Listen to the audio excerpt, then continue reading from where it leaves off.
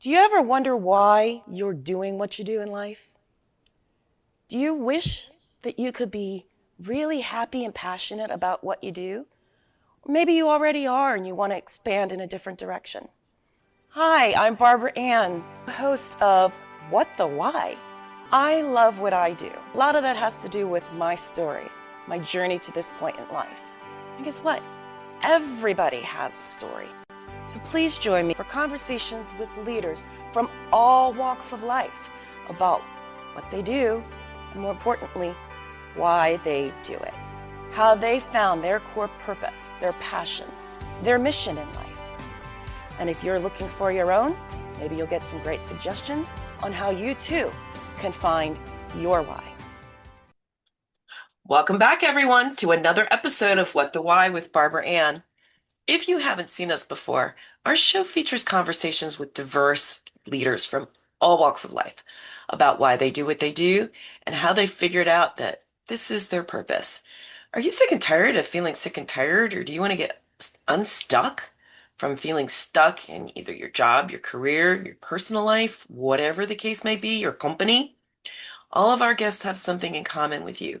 At some point, pretty much all of them felt similarly in some way, shape, or form and decided to do something about it. And today's guest is no exception whatsoever. And she's not a stranger to me. You've all benefited from me working with her for the last couple of years. Phyllis Rosen. She's amazing. In addition to being my positive intelligence accountability coach, so we've been on a journey together for a couple of years now, which is kind of hard to believe. Phyllis is so many, many, many things. Her previous careers before she became a coach included being a corporate vice president on Wall Street, where she was responsible for training high-performing financial advisors and coaching branch managers. She also served as a director charged with launching a successful skills training and job search program for large nonprofit organizations.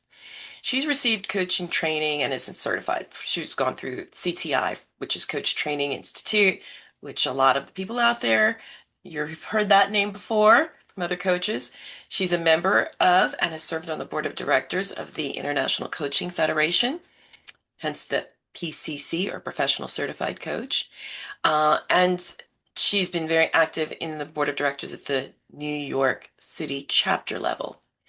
She specializes primarily, I believe, in a term she's going to talk more about, which is retirement management and other very, very important things that you need to take care of as you navigate the transitions from one company to the next or career to company, as many of us over the age of 50 are often known as encore entrepreneurs and beyond that.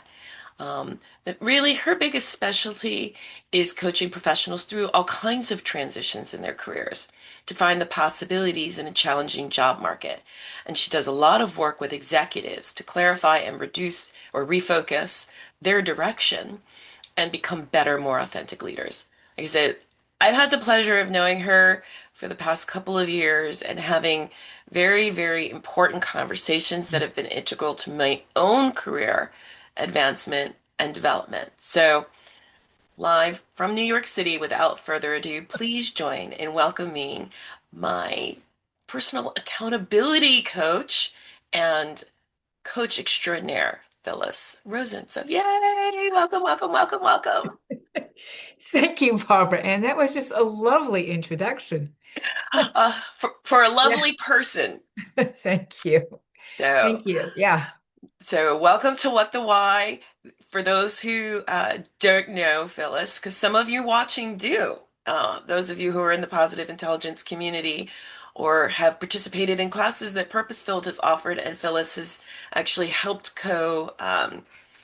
co-facilitate in terms of doing breakout rooms for things and things like that with us. Um, it's been a long journey. And while your coaching and your leadership expertise are extraordinary, there was a little person once upon a time who may not have envisioned that this would be your journey. So, as we ask every guest on What the Why, What did little Phyllis want to be when she was growing up? Such an interesting question. I asked that of all of my coaches as well. And the really interesting thing is I had no idea, none whatsoever. I did not know what I wanted to do, wanted to be. I did not grow up in a family that that had conversations around that. Mhm. And as a result, I never got clear on what it was. At one point, probably the clearest I ever got was when when I graduated from high school. I thought I wanted to teach French, and I loved French. And then I went to college, and they decided that they were going to give me 8 a.m. French classes. And within 6 months, that did it for me with French. And I realized that French was not going to be what I was going to major in. Um, and then after that, I had no idea. Then I went into, oh wait, no, actually after that, I went to cultural anthropology. Now, what do you do with a degree in cultural anthropology? It's not the most, it's not the most tangible kind of um, an area to specialize in. So I never really figured it out. But shall I tell you how I did figure it out? Absolutely. Let's keep going with the how did you get to where you are? Exactly. Um, I was, since I didn't know what I wanted to do, when I graduated college, all I knew that was that I wanted to go to work. I didn't want to um, I don't want to continue in school any longer. I wanted to go out in the world and work. And so I got lots of different kinds of jobs. And none of those jobs really felt like the thing for me. And I finally got into onto Wall Street, and I was working in Wall Street for about 17 years. And it was a very, very strange time on Wall Street. Um, it was a time actually when they were being sued by women to bring women into middle management positions. And I just happened to have gotten there at the right moment, at the right time, and I got a job on Wall Street. And so I stayed on Wall Street for a long time. But the truth is, Wall Street and I were never a good personality fit. So here I was again, doing something that did not feel like particularly special to me. And I was good at it. I was making a lot of good money. Of course, that's what you do on Wall Street. That's why most people go onto Wall Street. Um, but it wasn't touching my heart. And Mhm. that's what I wanted. I wanted to be working at something that did not, that really made me feel like I was making a difference in the world. So at one point, another interesting story. I had been married for about 4 years at this point, and I got laid off of my job at Wall Street because the company I was working for um, merged with another. Actually, they bought out another company and they made a contract with personnel from that other company that they would be guaranteed jobs. It was something like The Mouse That Roared, if you remember that movie. Um, and so I got laid off because there were other people who had my job in this other company, and so they were being brought on to do my job.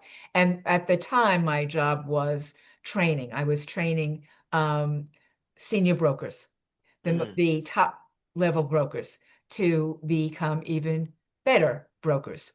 And once they brought them on, then I was extraneous.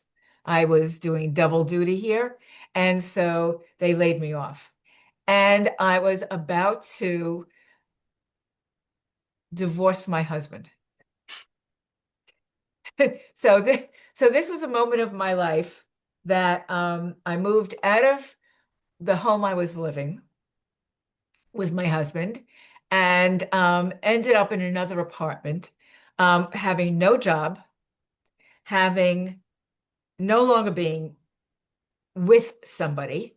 And it was like, as of that day, everything in my life had changed. And I Wow. remember very clearly sitting on the floor in my new apartment and thinking about who was I now and what was important to me now and what was it that I really wanted to do now.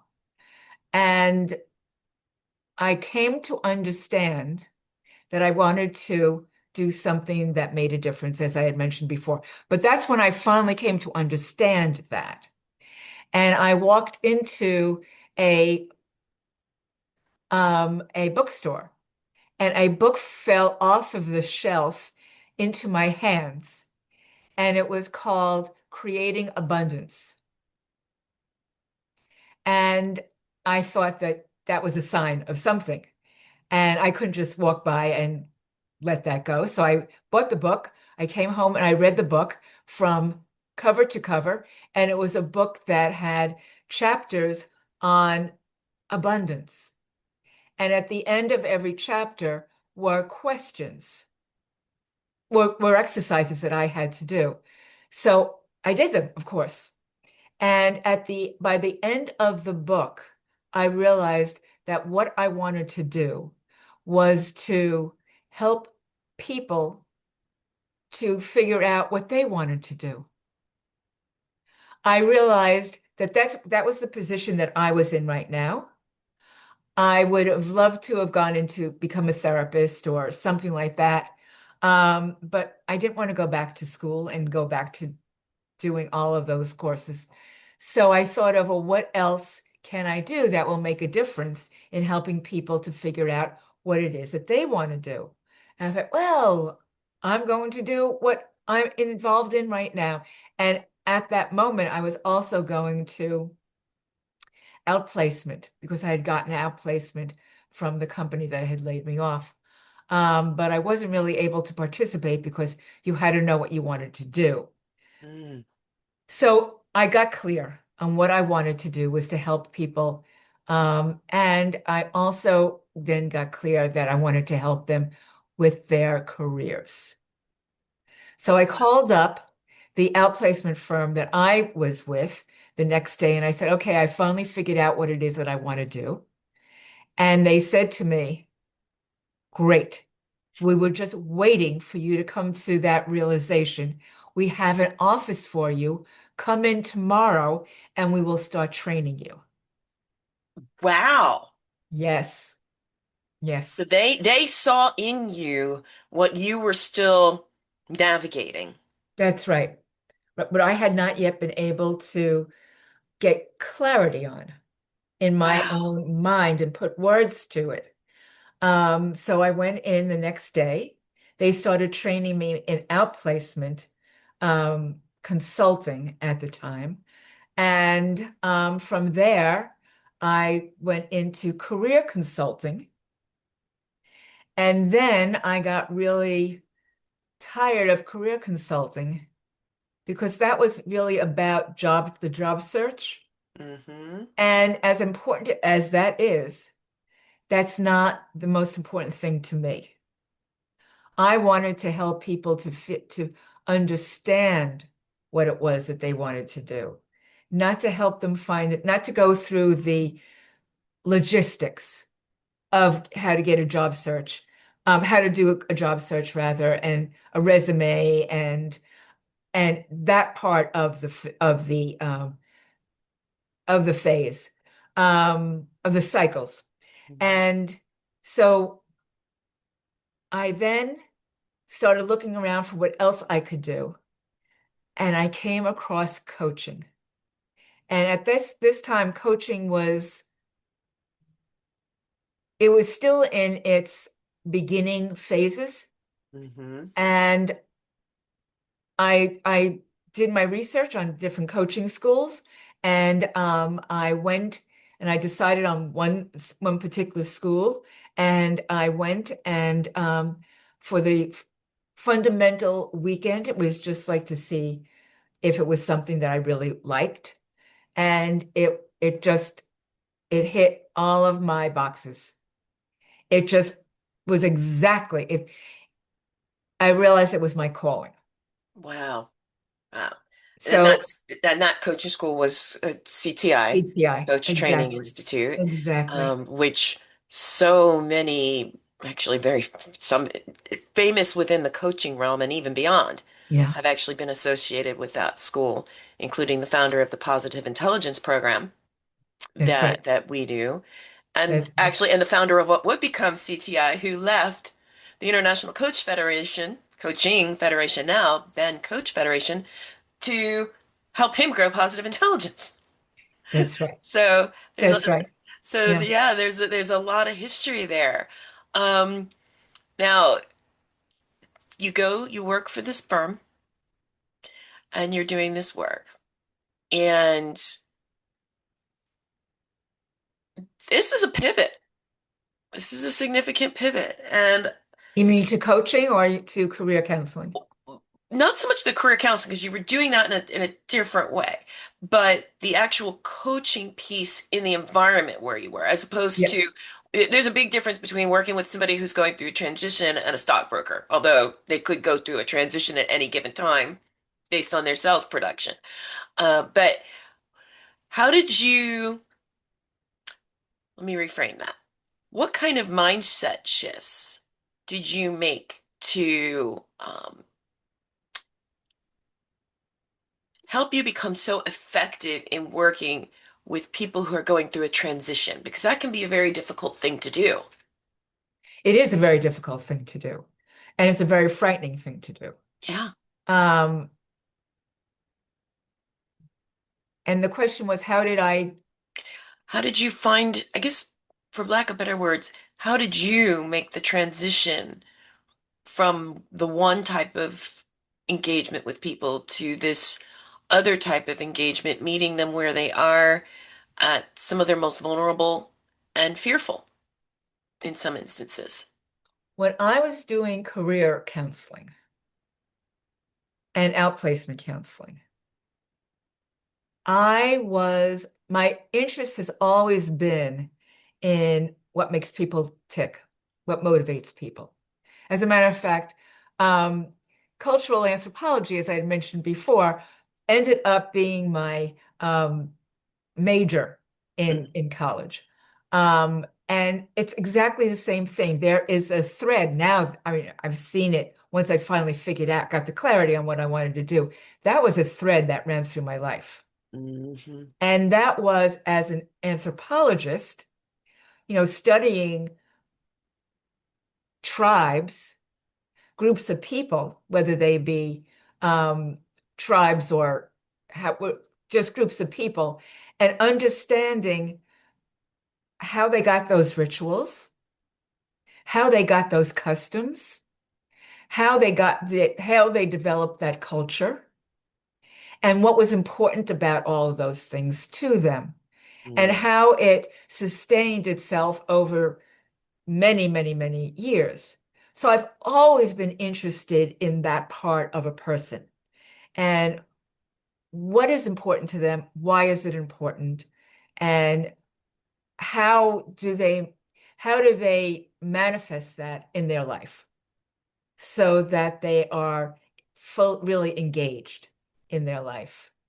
And so that being what I was able to recognize, and that I was much more interested in talking to coaching with people more on that part than I was. So what company do you want to work for?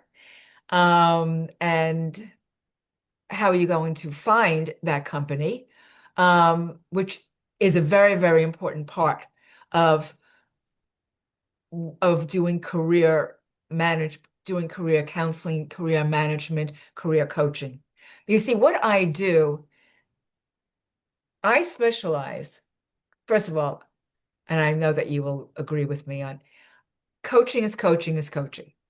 When Yes. you're a coach, you can coach anyone on whatever they find to be important. Yes. You Yes. don't have to know. You don't have to know the in and outs of Right. that. Um, and so I was what the areas of because of where I was in my life at that moment, I was in the midst of my career. That was important for me to make that my career successful. And I was interested by careers. And I was interested why people, as you are, got involved in their career. And what was it about that? And how did they come to that particular um, aspect of the industry or of the career? And why didn't they go into something else? Like, why didn't I go into becoming a therapist versus going into becoming a career counselor? You know, those are the things that really interest me. Mm-hmm. And so I realized that what I wanted to do was to really pursue how help people to explore that part of themselves. And to do that, I needed to, can you hang on 1 second? Okay, we're gonna pause, gang. So just Okay. pause for 1 second. I'll actually even pause the recording. Yeah, I just So, got lost where I nope, was. that's okay.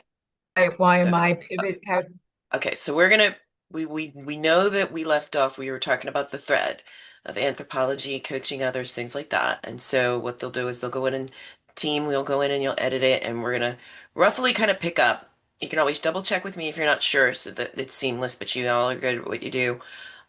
So bottom line is. I'll do it. So I'll interject and I'll say, so Phyllis, what I'm hearing you say is we actually are very similar. Right? I figured out over a decade ago that when I was asked to describe in 2 words what I do, um, it was my purpose, or my purpose is solutions navigator in 2 words.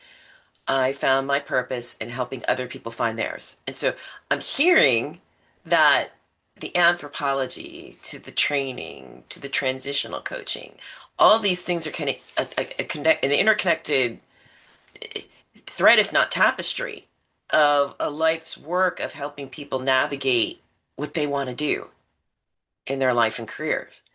So, am I hearing that correctly? yes. Now Okay. let me, so what I came to realize, thank you for helping me to make that connection again. So what I came to realize that is what I really wanted to do is I want to help people to understand Mm, who they really are inside yeah. and what's important to them, and to be able to recognize and get clear on the type of work that they could do in which they can thrive and in which they can feel really fulfilled.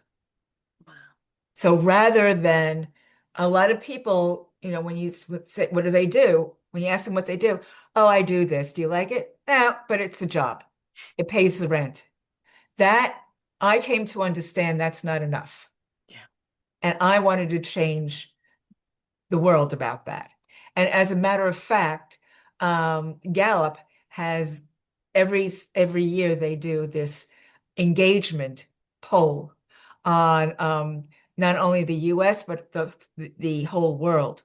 And this year, which has been very similar to most other years, that they have discovered that 68% of of US employees are Hmm. disengaged with their work. Yep. Yep. That's hell. Yeah. Yeah. That is killing their soul to be Absolutely. spending so much of your day, so much of your life doing something you're disengaged with. Yeah. So that became to me my calling. And it felt absolutely right because it helped me to find my calling and make such a difference to me and change my whole spirit. Once I realized what my calling was and started doing it, and how important it is to be doing something that gives you satisfaction. Um, and so that is how I got into this and made that pivot. Now, what I'm actually doing is I decided to stay in the career space. But if you see, the things that I specialize in are career management, leadership development, and retirement life planning. Mhm. I work with the professional person's life Yeah. and in the different phases of that life. So that became very natural to me. And what I do, what I focus with my clients on is where they are in that phase and who they are and what they need during that phase, and to help them to become more clear about it and to become more intentional about finding work and people and community and culture that fits who they really are. So that because when work between Monday and Friday is just about 9 to 5 and doing what you're supposed to do, work is a slog. Yeah, it is. And I believe that because of my own experience, that that's not enough. Yep. And people who work with me also are looking for something that is more than their work just being a slog or just being a paycheck. And I don't mean to demean the fact Mhm. that work is a paycheck. You do need to be paid. Otherwise, you might love something, but if you can't afford to live, then that's a very, very painful type of existence. Agreed. I mean, like for there is a group of people, the paycheck is a means to an end. That's it. Right? But Right. for most people, what I'm hearing you say, and definitely what I've found in the coaching that I've done, is people want to feel like they're making a difference, or that they're contributing to something greater, That's right. or that they're doing a good job. Look, for the most part, people don't go to work wanting to do a bad job. Exactly. And Exactly. you're dealing with a group, especially those who are in transition, who've given their all. And now, for whatever reason, they're being let go. They're being And let go or they're not a good fit. right. And now, as more interestingly, I had a coaching session with someone today all about AI implementation in a very, very, very large company today. And the amount of time that he's spending with team members just coming into his office in a state of panic Hmm. over the skill sets they don't have to move this initiative forward. Right. And I know one of the things that you've done, and I borrowed from conversations that I've learned from you, one of the things we talked about is imagine what they could be doing with that 2 and 3 hours that they're taking up of your time, micro learning other things to pursue their real passions. I have Mm. a client who has been with the same company for 20 years. He's so incredibly talented. And when we had that, I don't remember if I got this question from you or not. The question came up, if you could do anything in the world that you wanted to do and money was no object, what would it be? He came back with photography. And then it transitioned to this whole other conversation where he's actually started a photography business. That's what he really wants to do when he moves on from his current role. I was like, okay, how have we not gotten here in 3 months? And I know how we didn't get there. He wasn't comfortable bringing it up because of the nature of that particular contract.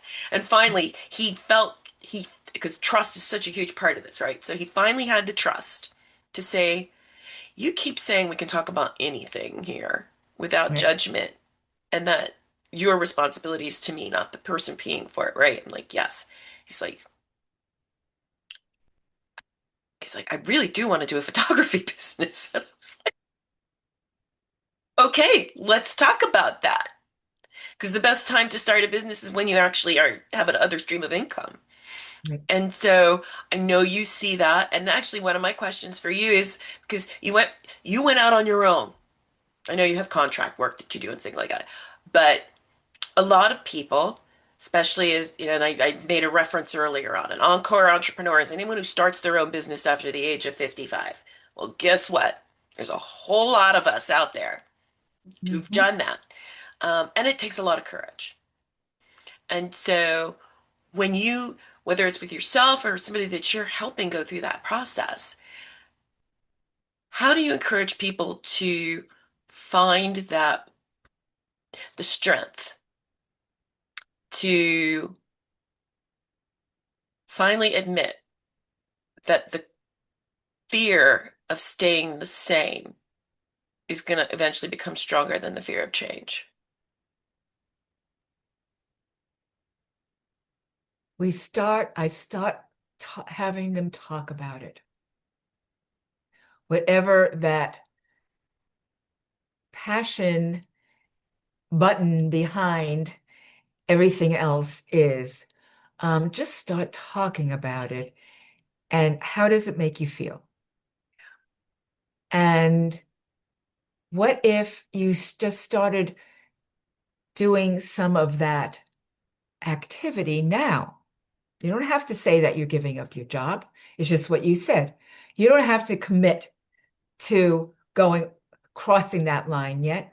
Just start bringing that activity into your life. Mhm. And how does that change your life? And how do you feel when you are doing it?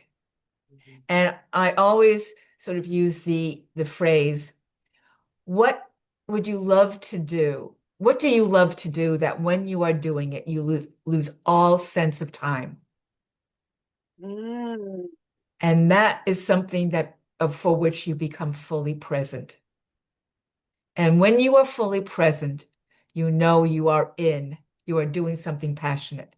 Like I'm sure that Barbara Ann, when you are coaching with your clients, that even though there's a clock somewhere, and for very practical reasons, you do need to be watching it, but that's not top of mind Yeah.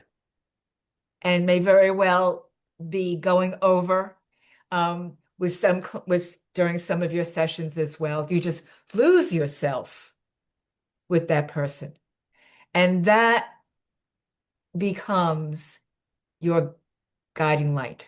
Mhm. It's And in, then how might you be able to start integrating this more and more into your life? Maybe as a hobby, maybe as a volunteer, maybe as a side thing that you start doing project work on Mhm. Oh, until it's until so much, you make a so decision. yeah, so many good suggestions there. And the big one, it's interesting. I do that too. How will it feel when you get to the other side of this? Right. How will it feel when you've accomplished this? And then, of course, shout out to Shirzad Shamin, Jeff Skaggs, the entire positive intelligence community. The ever famous question: how would the elder, wiser self, what would that person say to who you are now, looking back Right. on the journey you took? And so that will be my final question for you, Phyllis. What would you, the definitely wiser, certainly not older, but definitely wiser self, say to that person who was really unhappy, not unhappy, but not as fulfilled? Not that it's been an easy road. Entrepreneurship is not an easy road to travel, folks. We don't want to sugarcoat it. Right. Um, but it's something you do because you're passionate about it, that you can love it even when you don't like it. But my question to you is, what would the wiser Phyllis say to that person who, was making a really great job as a VP, doing training on Wall Street, but, Making a lot of money. made a lot of money? I was able to, it was interesting because I was actually given the I was handed the opportunity to make a hard decision about it when I was laid off of my Wall Street job, I of course went out looking at other Wall Street jobs because that's what how you're brought up, that's what you do. And I did a lot of interviewing, and I was offered a really, really big job at the New York Stock Exchange. And it would have been given, it would have given me the money, it would have given me the esteem, it would have given me a lot of things that I thought that I wanted. And when I was actually offered the job, I had already begun my own research about going out on my own and becoming a coach. Mm. And when I was actually offered the job so that I had to make a choice, I realized there was no choice. I had to go with my heart. And yes, I felt more enriched by going that route and just loving what I was doing every single day and making a difference every single day than I had felt when I was working on Wall Street with all that money. So I never regretted it. I never doubted it. Once I actually was forced into making a choice.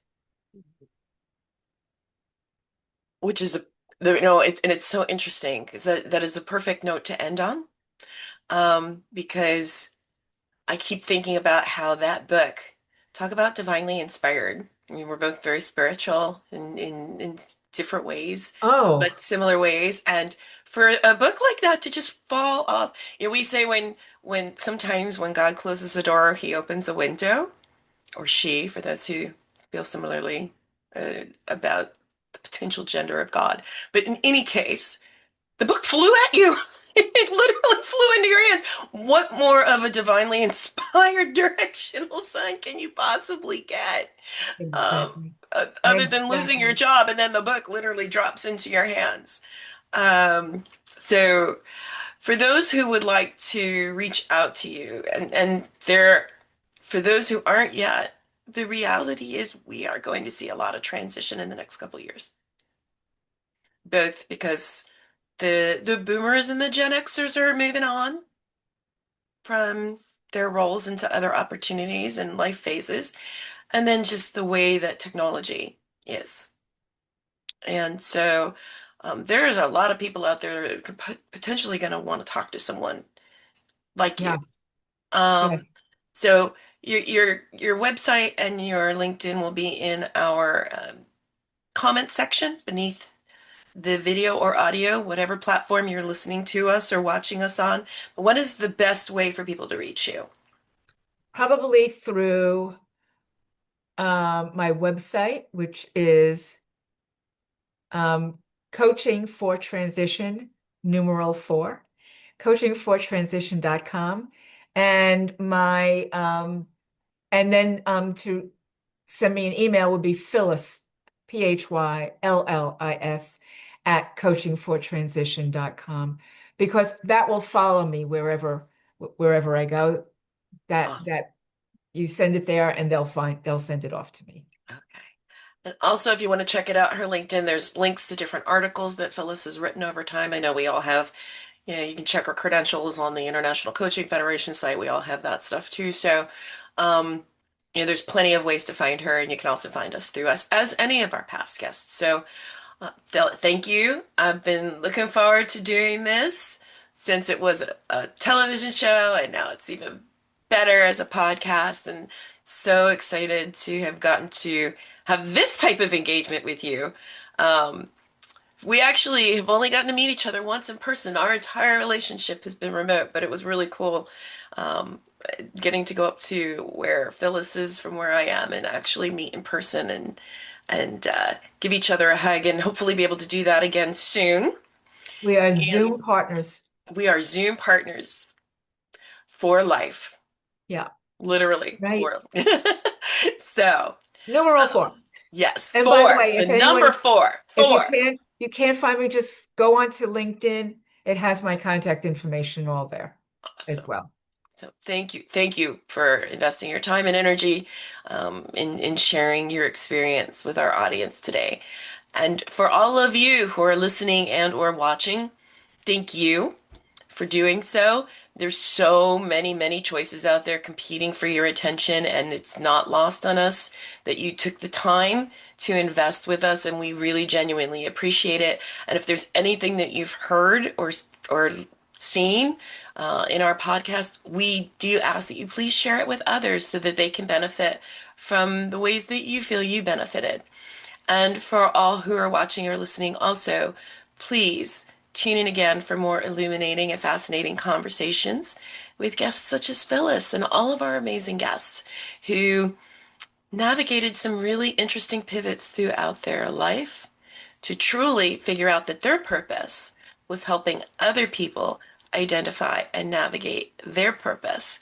And in Phyllis' case, that's what she did. She figured out her purpose and she decided to live it.